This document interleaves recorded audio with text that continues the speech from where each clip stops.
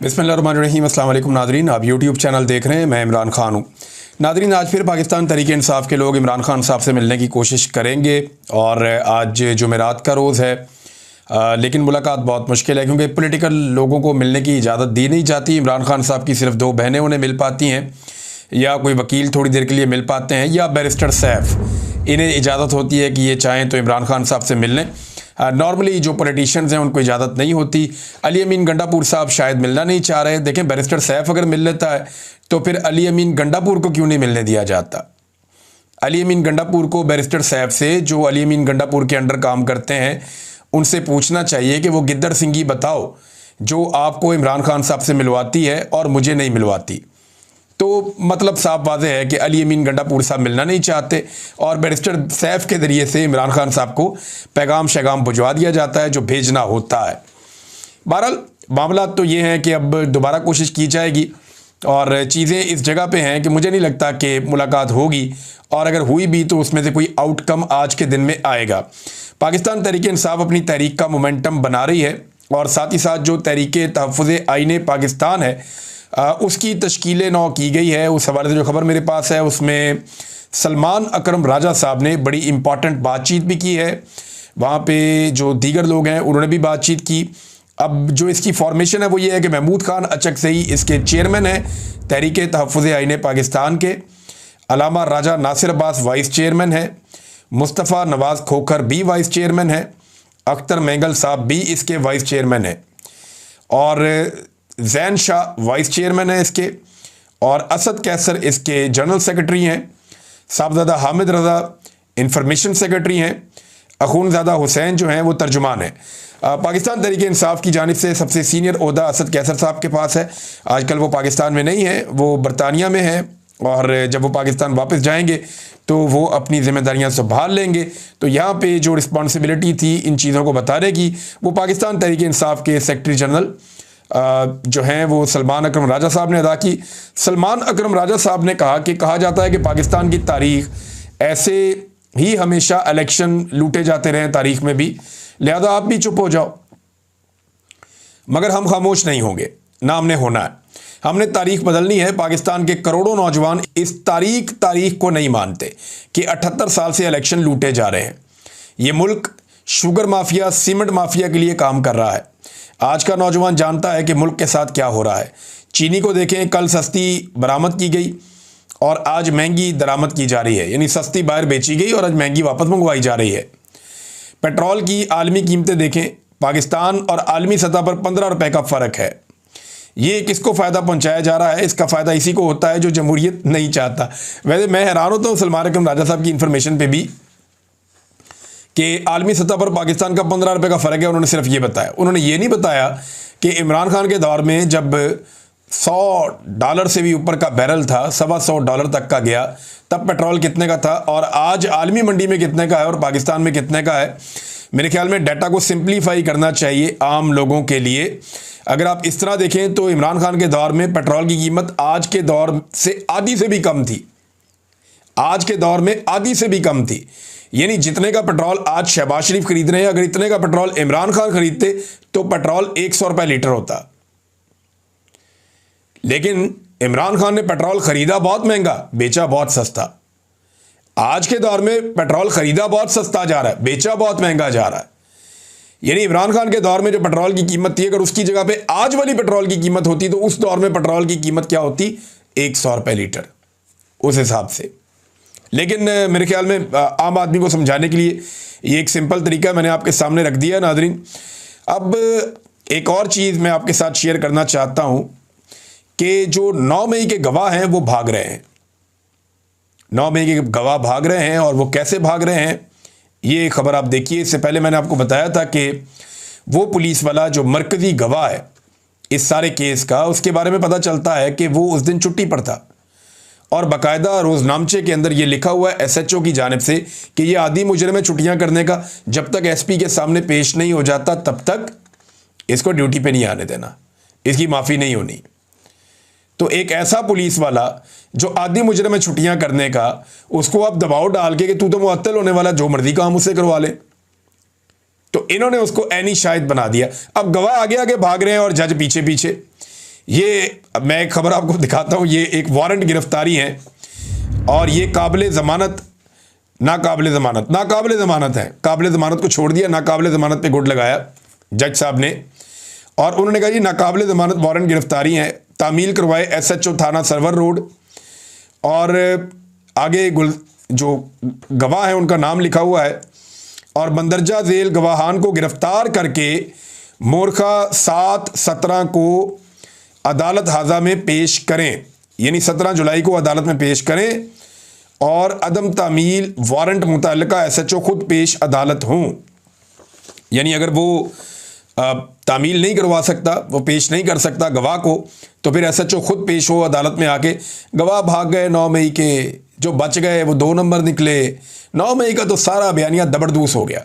सिर्फ अदालतों में जज ही घसीटते फिरते हैं 9 मई को कि कुछ ना कुछ करके, जितना उन पे दबाव है बेचारों पे, जजों पे एस्टेब्लिशमेंट की जानिब से, वो बेचारे 9 मई को एक केसेस को पीट रहे हैं, लकीर पीटते जा रहे हैं, कभी घसीट के इधर ले जाते हैं, घसीट के उधर ले जाते हैं। जज भी बेचारे हाथ जोड़ के बैठे हुए हैं कि इन केसों के पल्ले कख नहीं, हमें बंदे छोड़ने पड़ेंगे, फॉर गॉड सेक अदलिया की थोड़ी सी इज्जत रहने दें। लेकिन आपको पता है पूरा निज़ाम कैसे चल रहा है, जैसे चल रहा है ऊपर से लेके नीचे तक आवे का आवा ही बिगड़ा हुआ है। और जजों के हालात क्या हैं ज़रा ये आप देखिए, ये बड़ी इंटरेस्टिंग एक खबर है। ये देखें जजों के हालात क्या हैं। कोट लखपत जेल के अंदर ट्रायल हो रहा है, और ये शाकिर वान साहब ने रिपोर्ट की, बड़े मजे की बात है। कोट लखपत जेल के अंदर ट्रायल हो रहा है, ट्रायल के दौरान बिजली चली जाती है, बिजली जाती है तो हबस हो जाता है, तो जज साहब बहुत गुस्से में आ जाते हैं, और जज ने कहा कि जनरेटर लगाएं फौरी तौर पे, इतनी गर्मी है इस हबस के अंदर, कैसे हम ट्रायल करेंगे। जज ने इंतजामिया के ऊपर चढ़ाई कर दी, जनरेटर लगाओ, अदालत में बहुत गर्मी है। और ठीक 3 दिन पहले इसी अदालत के अंदर जो ट्रायल हो रहा था, तो यास्मीन राशिद ने और दीगर जो रहनुमा पाकिस्तान तहरीक इंसाफ के, उन्होंने इसी जज को तहरीरी दरख्वास्त दी थी कि कई घंटे लोड शेडिंग हो रही है हमारे सेल्स के अंदर। हालांकि जेलों के अंदर डबल बिजली के कनेक्शन होते हैं, जेलों में लोड शेडिंग नहीं होती, ये मैं जानता हूं अच्छी तरह। ये नवाज शरीफ भी अंदर रहे, जरदारी भी अंदर रहे, बाकी लोग भी रहे, उन्होंने कभी लोड शेडिंग की शिकायत नहीं की। ये PTI वालों के ऊपर खास कर्म किया जाता है कि लोड शेडिंग भी कर देते हैं। उन्होंने कहा जेल ट्रायल के दौरान डॉक्टर यास्मीन राशिद समेत दीगर रहनुमाओं ने जज को तहरीरी दरख्वास्त दी थी कि कई घंटे लोड शेडिंग की जाती है, सांस लेने का मसला बन जाता है, हम बुजुर्ग लोग हैं, गर्मी के बायस बहुत परेशानी होती है। तो जज ने आज तक उस दरख्वास्त पर कोई अमल दरामद नहीं करवाया, और अपनी अदालत के अंदर थोड़ी सी लाइट चली गई तो उन्होंने कहा लगाओ जनरेटर, इतनी गर्मी में कैसे हम काम करेंगे। तो अदालत के अंदर तो ज़्यादा दिन ये चल रहा है। अब ऐसी अदालतें कैसे इंसाफ देंगी जो सिर्फ अपने लिए सोचती हैं और आम आदमी के लिए नहीं सोचती। नाज़रीन, सज्जाद बरकी साहब के हवाले से, ये इमरान खान साहब के अजीज़ हैं और अमेरिका के अंदर मौजूद हैं, पाकिस्तान तहरीक इंसाफ के हवाले से काम भी करते हैं। और मोहम्मद ज़ुबैर साहब ने एक बड़ी खबर दी है, ये आजकल कनाडा में मौजूद हैं, इन पर भी पाकिस्तान में ज़मीन तंग की गई। तो ज़ुबैर अली खान साहब जो हैं ये इस वक्त कनाडा में हैं। तो इन्होंने पहले ये खबर दी थी, खबर के बारे में तो मुझे आइडिया था, मैंने आपको पहले भी बता दिया था कि पाकिस्तान तहरीक इंसाफ ने खुद कोशिश की कि किसी तरह से जो जुल्फी बुखारी साहब ने बात की है कांग्रेस में, अमेरिकी कांग्रेस में ह्यूमन राइट्स के हवाले से इमरान खान साहब को लेकर, वो बात जुल्फी बुखारी साहब ना कर सकें, और तहरीक इंसाफ ने उसकी एक तहरीरी कोशिश भी की है। जो पैगाम चला वो इमरान खान साहब के घर से चला, इमरान खान साहब की बहनों की तरफ से, और अमल दरामद किया सज्जाद बरकी साहब ने मुबैना तौर पे। लेकिन इसमें जो अब उन्होंने एक लेटर लिखा कांग्रेस को, इसमें ज़ुबैर अली खान साहब ने उसका तर्जुमा छाप दिया। अब तर्जुमा क्या कह रहा है, जो ईमेल की सज्जाद बरकी ने, वो ईमेल क्या कहती है, नुमाइंदा क्रिस स्मिथ, नुमाइंदा जेम्स पी मैक गॉवरन और मार्क मेलुसिच, बल्कि इन सबके नाम लेके आगे वो लिखते हैं, मोहतरम हजरात, मैं आपको पाकिस्तान में जारी सियासी जबर के मौजू पर 15 जून को होने वाली टॉम लेंटोस ह्यूमन राइट्स कमीशन की समाअत के हवाले से खत लिख रहा हूँ। अमेरिका में कायम पाकिस्तान तहरीक इंसाफ के ऑफिस ऑफ इंटरनेशनल चैप्टर्स का सेक्रेटरी जनरल होने के नाते मुझे हमारे कैद चेयरमैन इमरान खान के अहले खाना की जानिब से रब्ता किया गया है, जिन्होंने उनकी इस समाअत में नुमाइंदगी के हवाले से शदीद तहफ़्फ़ुज़ात का इज़हार किया है। ख़ानदान ने मुझसे गुजारिश की है कि मैं आपको वाज़े तौर पर आगाह करूं कि सिर्फ उनके बेटे सलमान खान और कासिम खान को चेयरमैन इमरान खान की नुमाइंदगी का इख्तियार हासिल है। ख़ानदान इमरान खान की जानिब से बात करने का किसी और को मजाज नहीं समझता। सलमान खान और कासिम खान जो बरतानवी शहरी हैं और बरतानिया में मुकीम हैं, अगले हफ्ते अमेरिका का दौरा करेंगे ताकि पाकिस्तान में जारी सियासी जबर और अपने वालिद साबिक वज़ीर-ए-आज़म पाकिस्तान इमरान खान की गैर मुनसिफाना और मुसलसल कैद के बारे में बात कर सकें। वो टॉम लेंटोस कमीशन के मेंबरान से मुलाकात के लिए बखुशी तैयार हैं ताकि चेयरमैन इमरान खान की मौजूदा सूरत हाल और पाकिस्तान के मौजूदा सियासी फ़ौजी निज़ाम के मज़ालिम पर रोशनी डाल सकें। मैं इस मामले में आपकी तवज्जो और गौर का मुंतज़िर हूँ। नेक तमन्नाओं के साथ Sajjad Barki, secretary Pakistan Tehreek Insaf OIC, office of international chapters. अब मामला ये है कि आप नहीं चाहते थे कि जुल्फी बुखारी वहाँ पे जाएं और जाकर के इमरान खान साहब की या पाकिस्तान तहरीक इंसाफ की या ह्यूमन राइट्स के हवाले से वहाँ एक नुमाइंदगी करें, तो आप जुल्फी बुखारी को मना कर लेते। आपको उन्हें लेटर लिखने की क्या ज़रूरत थी? वैसे ये बड़ी अजीब बात है। यानी एहतजाज करना हो तो पाकिस्तान तहरीक इंसाफ के लोग करेंगे, जिस जगह पे भी निकलना हो तो इन लोगों ने तो बड़ी कुर्बानियां दी हुई हैं। जुल्फी बुखारी तो पाकिस्तान वापस भी नहीं आ सकता, सब जानते हैं। और ये भी सब जानते हैं कि कासिम सूरी भी पाकिस्तान वापस नहीं आ सकता इस वक्त, और मुराद सईद भी मंजराम पे नहीं आ सकता। और ये सारे लोग कीमत चुका रहे हैं इमरान खान से वफादारी की, और तो कोई ज़रूरत नहीं है, और तो कोई चीज़ नहीं है। इनके तो मामला सीधे हो सकते हैं अगर ये इमरान खान के साथ वफादारी ना करें। तो ऐसे लोगों के ऊपर इस तरह के शकूक व शुबहात का इजहार करना मेरी समझ से बाहर है। हाँ, एक बात मुझे समझ आती है कि जुल्फी बुखारी के क्योंकि अच्छे ताल्लुकात हैं बुशरा बीबी से, और वैसे ही ये बात हर तरफ फैली रहती है कि शायद इनके अलीमा खान और बुशरा बीबी के अच्छे ताल्लुकात नहीं हैं। उधर बुशरा बीबी की जो बहन है वो भी इमरान खान की बहनों पे तनकीद करती रहती हैं। तो ये एक टसल तो चले ये रहती है, वैसे ये ख़ानदानी मसला ही ऐसा होता है। लेकिन क्या इस बुनियाद के ऊपर एक इमरान खान के ऐसे साथी को जिसने कीमत चुकाई है, तकलीफ़ उठाई है, उसे आप टारगेट कर सकते हैं कि इसको ना सुने, इमरान खान के बेटे आएंगे उनको सुन लें? ये बात आपस में तय की जा सकती थी। ये तो इमरान खान साहब के मुकदमे को ख़राब और कमज़ोर करने के मुतरादिफ इसको समझा जाना चाहिए। बहरहाल इस हवाले से मेरे पास और ख़बरें भी हैं इससे जुड़ी हुई, और बड़ी इंपॉर्टेंट ख़बरें हैं। मैं आपको आने वाले दिनों में वो भी बताऊंगा। लेकिन अभी बलूचिस्तान के जो हमारे शहरी हैं उनके साथ बड़ी ज़्यादती हो रही है। एक तरफ बलोच अपने प्यारों के लिए इस्लामाबाद में आ गए, वहाँ बारिश हो रही थी, उनको उन्होंने तंबू लगाने तक की इजाज़त नहीं दी इंतज़ामिया ने। आप अंदाज़ा करें, वहाँ बहनें, बेटियाँ और बुज़ुर्ग खड़े थे और वो बारिश में भीग रहे थे। इस्लामाबाद में मैं दाद देना चाहूँगा हमारे उन सहाफ़ी साथियों को जो वहाँ पे गए और जो बलोच एहतजाज करने के लिए लोग वहाँ पे मौजूद थे, लवाहिकीन अपने प्यारों को ढूंढते हुए, वो उनके साथ जाकर इस मुश्किल वक्त में खड़े हुए। ख़ास तौर पे मैं स्पेशली जो शीरी मज़ारी साहिबा की साहबजादी हैं और एक बहुत बड़ा नाम है मेरी नज़र में, एक छोटी सी उम्र में उन्होंने बड़ा मुकाम पैदा किया, पाकिस्तानियों के दिल में भी मुकाम पैदा किया, इंसानी हकूक़ के लिए वो खड़ी होती हैं, ईमान मज़ारी साहिबा, वो वहाँ पे मौजूद थी। फिर महमूद ख़ान अचकज़ई साहब वहाँ पे गए, फिर अल्लामा राजा नासिर अब्बास साहब वहाँ पे गए, फिर मुस्तफ़ा नवाज़ खोकर साहब वहाँ पे गए। पाकिस्तान तहरीक इंसाफ को भी अपना वफ़द वहाँ पे भेजना चाहिए, उनके पास उनके साथ बैठना चाहिए, उनके साथ बात करनी चाहिए। असद तूर साहब को मैंने वहाँ पे देखा, दीगर सहाफ़ियों को बहुत सारे मैंने और भी वहाँ पे देखे। सबके मैं यहाँ पे किस किस के मैं नाम लूँ, इन सब लोगों का बहुत शुक्रिया। लेकिन इंतज़ामिया की आप देखें हठधर्मी कि वो उन्हें बारिश में भिगो रही है, वो बारिश में बेचारे भीगते जा रहे हैं और खुले आसमान के नीचे खड़े हैं। वो सिर्फ वहाँ पे क्या चाहते हैं, वो ये चाहते हैं कि यहाँ पे तंबू लगाने दें, और इंतज़ामिया कह रही है जी परमिशन लेकर आओ, नहीं तो प्रेस क्लब के अंदर घुस जाओ, नहीं तो ये कर देंगे। उनको धमकाया जा रहा है। 2023 में जब वो सर्दियों में आए थे तब उन्हें कितना मारा गया था, कितना टॉर्चर किया गया था, उनके ऊपर वाटर कैनन का इस्तेमाल किया गया था, बहनों और बेटियों के ऊपर रात के आखिरी पहर में। तो ये बड़ी तकलीफ़देह चीज़ें हैं जो हम देख रहे हैं। लेकिन लोग अपने प्यारों के लिए इस्लामाबाद में आ गए हैं और वो प्रेस क्लब के बाहर बैठकर एहतजाज कर रहे हैं। बलूचिस्तान इस वक्त जल रहा है, जगह जगह पे फायरिंग के वाक़यात होते हैं। जो साबरी कवाल एक फैमिली है, उनके एक रुकन है, उनका नाम मेरे जहन से निकल गया, वो बेचारे खड़े होकर कह रहे थे कि हमारी बस के ऊपर फायरिंग कर दी, 3 लोग जो हैं वो जाँ बहक हो गए, 5 ज़ख्मी हो गए। हमारा क्या कसूर है, हम तो फ़नकार लोग हैं, हम तो जा रहे थे कवाली करने के लिए, हमें तो बुलाया गया था एक प्रोग्राम के लिए।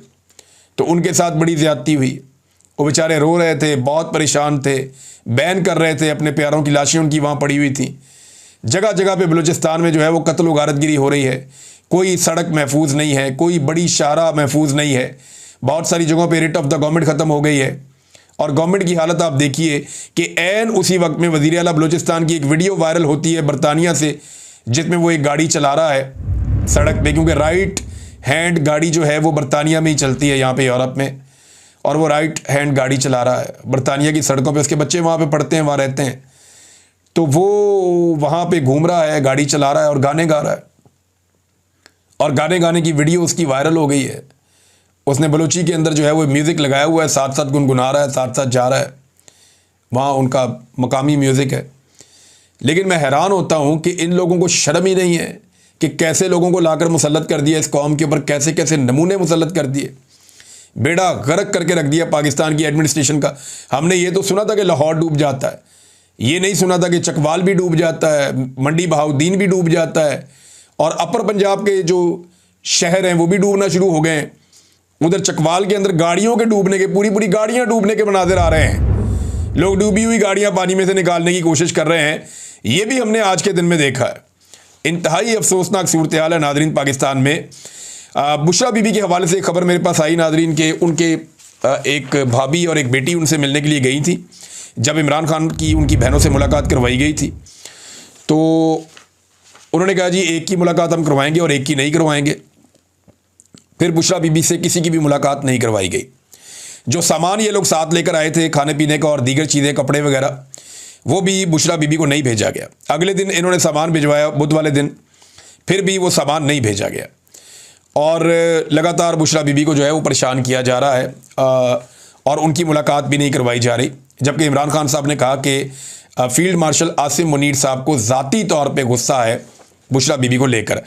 अब नाज़रीन आ जाएं उस बड़ी खबर की तरफ जो मैं आपको देना चाह रहा था, और ये मैंने थोड़े दिन पहले एक ब्रेकिंग न्यूज़ दी थी और ये खबर हमने ब्रेक की थी इस चैनल पे कि पाकिस्तान के अंदर जो नॉन कस्टम गाड़ियां हैं उनकी गैर कानूनी तरीके से फेक रजिस्ट्रेशन की जा रही है और गाड़ियों को कानूनी बनाकर बेचा जा रहा है, और गवर्नमेंट को 1 टके का टैक्स नहीं आ रहा।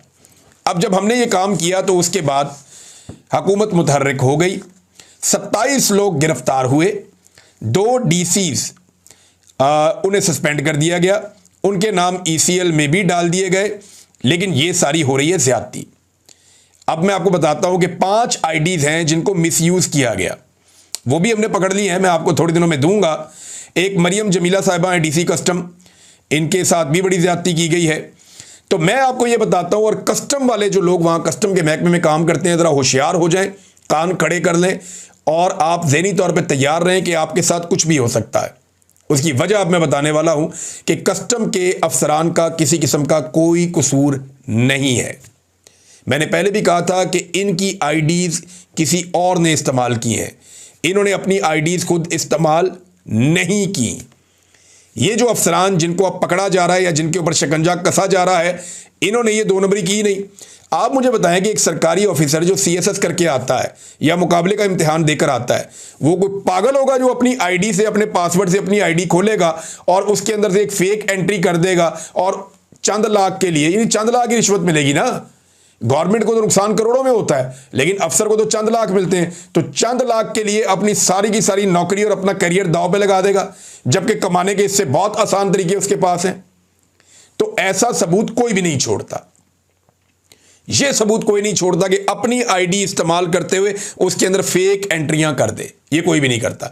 ये फेक एंट्रियां कैसे हुई, ये है सबसे बड़ा सवाल, और इसका जवाब मैं आपको अब देने लगा हूं। ये जितनी भी IDs बनी हुई है ना, इनके पासवर्ड उन्हीं के पास होते हैं जिनकी अपनी ID होती है, लेकिन इस पासवर्ड के अंदर इनके अलावा कोई और भी जा सकता है, और वो जा सकता है डेटाबेस के अंदर जो सिस्टम में लोग बैठे हुए हैं वो जा सकते हैं, या जो डेटाबेस एडमिनिस्ट्रेटर है वो ये कर सकता है। और डेटाबेस कहाँ पे है, तो मैं आपको ये बताता हूँ कि इस चोरी की वारदात के पीछे कस्टम के अंदर बैठे हुए लोगों से ज़्यादा पाकिस्तान सिंगल विंडो में बैठे हुए लोगों का हाथ है। पाकिस्तान सिंगल विंडो PSW, अगर आप इसको गूगल करेंगे तो आपके सामने बाकायदा खुल जाएगा कि पाकिस्तान सिंगल विंडो क्या है, और ये खुद बताता है कि पाकिस्तान सिंगल विंडो एक मजबूत डिजिटल प्लेटफॉर्म है जो तिजारत में शामिल फ्रीकैन को मियारी मालूमात और दस्तावेजात को सिंगल एंट्री पॉइंट के साथ दाखिल करने की इजाजत देता है, ताकि तमाम दरामदात जो चीजें पाकिस्तान में मंगाई जाएं या बरामदात या पाकिस्तान से बाहर भेजी जाएं और ट्रांजिट से मुतालिक या जो चीजें पाकिस्तान के गुजर के दूसरे मुल्कों में जाती हैं, कोई जो रेगुलेटरी जरूरियात है उनको पूरा किया जा सके। यानी ये पाकिस्तान सिंगल विंडो वो है जो तजारत के मामलात को रेगुलेट करता है और इसके पास सारा डेटाबेस मौजूद है और इसके पास एक्सेस है कस्टम के डेटाबेस तक भी और इन तमाम आईडीज तक भी। अब इन आईडीज को इस्तेमाल किसने किया, इसका पता कैसे चलेगा? तो मैं आपको बताता हूं दो चीजें। एक चीज होती है जंप सर्वर और दूसरी चीज होती है एक्स फॉरवर्डर। ये दो चीजें आपको इंफॉर्मेशन दे देती हैं। ये मैंने आपको जो दो चीजें बताई है ना, ये कंप्यूटर की लैंग्वेज है। जब आप इन दो चीजों को देखते हैं तो आपको पता चल जाता है कि इस बंदे की आईडी किस बंदे ने इस्तेमाल की है। तो अब मैं आपको यह बताता हूं कि आज से चंद महीने पहले ये जो सिस्टम है इसके ऊपर से जंप सर्वर हटवा दिए गए थे और डेटाबेस एडमिनिस्ट्रेटर जब कोई भी काम करता है तो वो उसकी एक्टिविटी को नोट करता है। ये जंप सर्वर, इसको हटवा दिया गया था और लॉग को भी रिकॉर्ड करता है। लिहाजा जंप सर्वर हटवा दिए गए थे आज से चंद माह पहले, ताकि पता ही ना चले कि कौन सा बाहर का बंदा इस सिस्टम में दाखिल हुआ है। नंबर एक। नंबर दो, एक्स फॉरवर्डर भी हटा दिए गए थे, एप्लीकेशन से रिमूव करवा दिया गया था एक्स फॉरवर्डर्स को, ताकि पब्लिक आईपी जो है सिस्टम के अंदर ना आए, पता ही ना चले कि किस जगह से किसने काम डाला है। अब सिर्फ ये चेक कर लें ये दो चीजें किसने हटवाई थी, ये जंप सर्वर किसने हटवाए थे और एक्स फॉरवर्डर एप्लीकेशन से रिमूव किसने करवाए थे, ये पता करवा लें। मैं आपको कुछ नाम देता हूं, इन नामों को आप चेक करेंगे तो आपको सारा कुछ ही मिल जाएगा।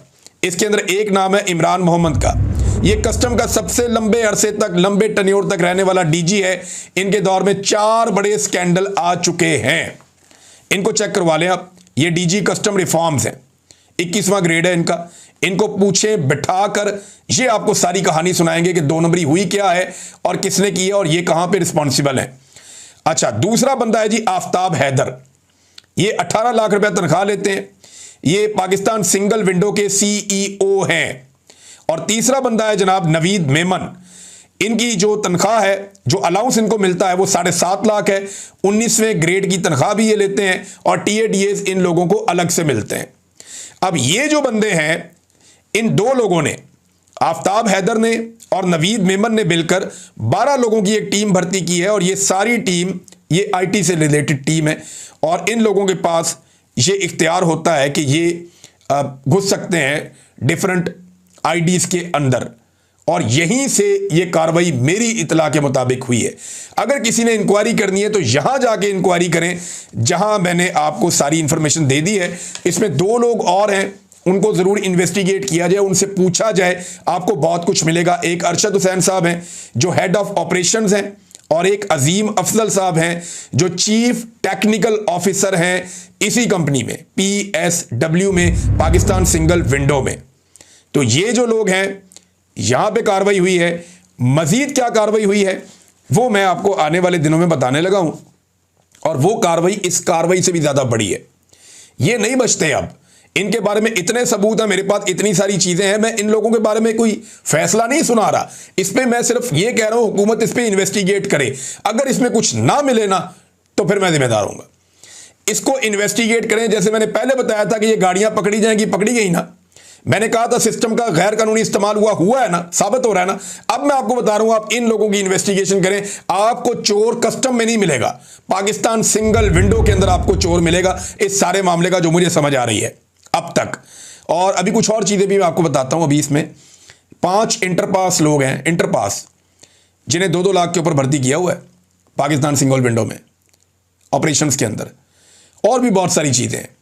कराची के अंदर जो सर्वर पड़ा हुआ है ना कस्टम्स का, उसे एक जगह से दूसरी जगह मुंतकिल करने का प्लान भी बना लिया गया है। पाकिस्तान में एक सुई से लेके एक जहाज तक भी आता है ना, उसका रिकॉर्ड उसके अंदर है। आप सोच नहीं सकते कि कितनी बड़ी कार्रवाई होने जा रही है। बस सिर्फ इसको भी यहां तक देखें, आहिस्ता आहिस्ता मैं बताऊंगा पाकिस्तान के सिस्टम को, पाकिस्तान के निज़ाम को। अगर आप वाकई चोरी पकड़ना चाहते हैं तो ये चोरी पकड़ें, आपको बड़ा मजा आएगा। मैं एक एक करके चीजें आपके सामने रखूंगा। अब तक के लिए इतना ही, अपना ख्याल रखिएगा, अपने इस चैनल का भी। अल्लाह हाफिज़।